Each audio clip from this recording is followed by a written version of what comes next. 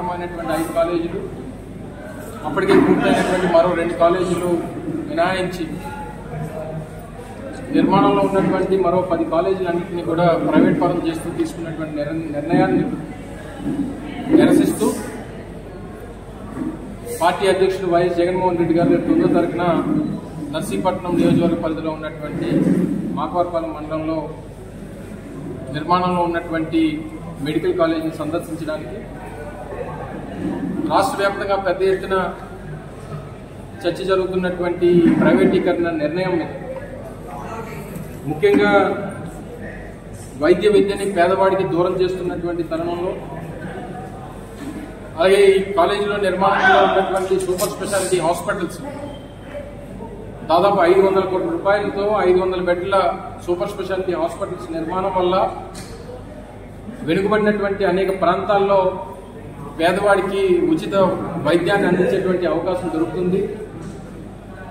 తద్వారా రాష్ట్రంలో లక్షలాది మంది ప్రజలకి ఇది ఉపయోగపడతాయనేటువంటి ఉద్దేశంతో ఆ రోజు మా ప్రభుత్వంలో తీసుకున్నటువంటి నిర్ణయాన్ని, ఈ నిర్ణయం వల్ల రాష్ట్రంలో పేదవాడికి నష్టం కలుగుతుందనేటువంటి అభిప్రాయం ఒక వైఎస్ఆర్ కాంగ్రెస్ పార్టీకి కాదు, సామాన్యమైనటువంటి ప్రజానీకంతో పాటు ముఖ్యంగా రాష్ట్రంలో ఉన్నటువంటి పేదవాడికి ఈరోజు ఈ నిర్ణయాన్ని వ్యతిరేకిస్తున్నారనేటువంటి విషయాన్ని రేపు నర్సీపట్నం విజిట్ కూడా ఉండబోతా ఉంది.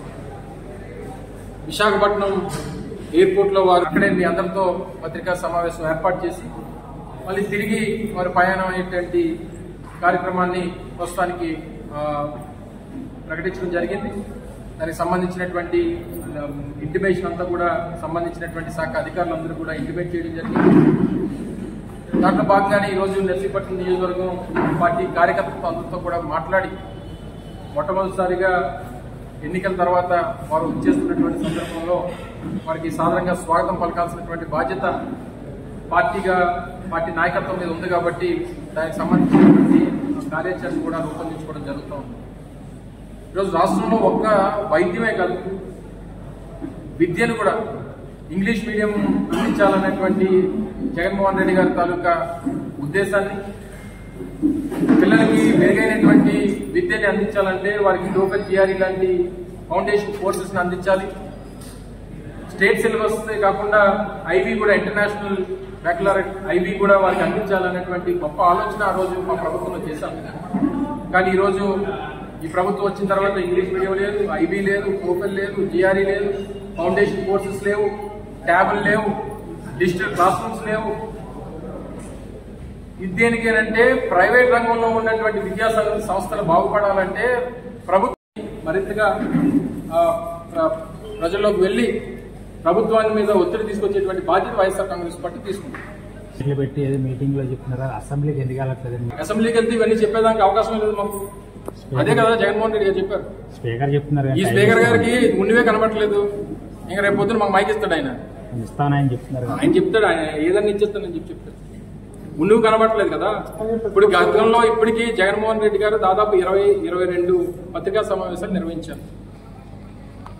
ప్రతిదీ కూడా ఆన్ డాట్ పాయింట్ తో సహా పేపర్ డాక్యుమెంట్ చూపిస్తూ ఆయన పత్రికా ఒకదానికి సమాధానం చెప్పండి.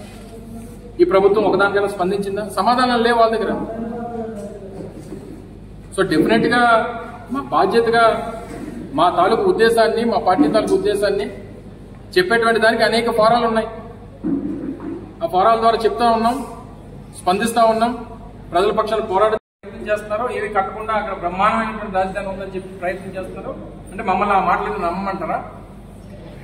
అంటే మేము చెప్పినటువంటి అబద్దాలు, మీరు చెప్పినటువంటి అబద్దాలన్నీ నిజాలు.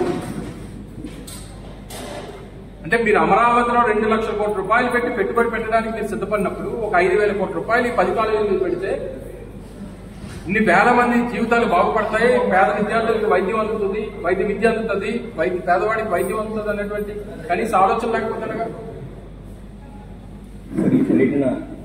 సజావుగా జరగాలని లేకపోతే మరి అలా ఏం చేస్తారు మాకు తెలియదు. కానీ మేము ఓన్లీ విజిట్ కే కదా వస్తున్నాం. అంటే గతంలో ఉత్తరాంధ్రలో విశాఖపట్నం రాజధాని ఉండడానికి వీలు లేదని చెప్పి ఆయన ప్రకటించాడు. ఈ ప్రాంత ప్రజలు అడ్డుకోరా? రేపు ఇక్కడ నర్సీపట్నంలో మెడికల్ కాలేజ్ వద్దని అంటారు అన్నాడు ఆయన. రేపు నర్సీపట్నం వస్తే ఇక్కడ ప్రాంత ప్రజలు అడ్డుకుంటారు. కానీ ఏదో రాజకీయ లబ్ధి కోసం కానీ చేస్తున్నటువంటి కార్యక్రమం కాదు. సో ఇవన్నీ లేదు. ఈ నిర్ణయం తప్పుడు నిర్ణయం. దేశంలో ఉన్నటువంటి అనేక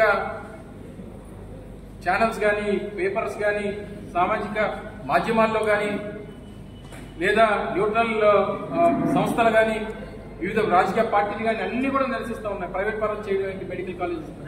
అయినా సరే ఈ ప్రభుత్వానికి చేమకుట్టినట్లేదు. సో ఇది ఒక పెద్ద ఎత్తున ఉద్యమంలో జరిగితే తప్ప ప్రభుత్వం స్పందించేటువంటి పరిస్థితి ఉండదేమో అనేటువంటి ఒక ఆలోచనతో ఈరోజు నేరుగా ప్రజానాయకుడైనటువంటి జగన్మోహన్ రెడ్డి గారే ఉద్యమ రూపంలో వారు అడుగు పెట్టాల్సినటువంటి పరిస్థితి వచ్చింది. కాబట్టి ఈ నిర్ణయం తీసుకుంది పార్టీ. రేపు 9వ తారీఖున వారు ఇచ్చేస్తారు, ప్రభుత్వాన్ని నిలదీస్తారు, ఒత్తిడి తీసుకొస్తారు. ప్రభుత్వానికి మీరు తీసుకున్నటువంటి నిర్ణయం తప్పు అనేటువంటి మాట చెప్పేటువంటి ఒక కార్యక్రమం రేపు ప్రజల పక్షాన వారు చేసేటువంటి కార్యక్రమం కూడా చేస్తారు. సో ఇవన్నీ కూడా దయచేసి మీరు కూడా వాస్తవాలన్నింటినీ కూడా ప్రజలకు చేరువయ్యేటువంటి విధంగా మీరు కూడా ఆ రోజు హాజరయ్యి, మీకు కూడా మళ్ళీ సమాచారం ఇస్తాం, హాజరయ్యి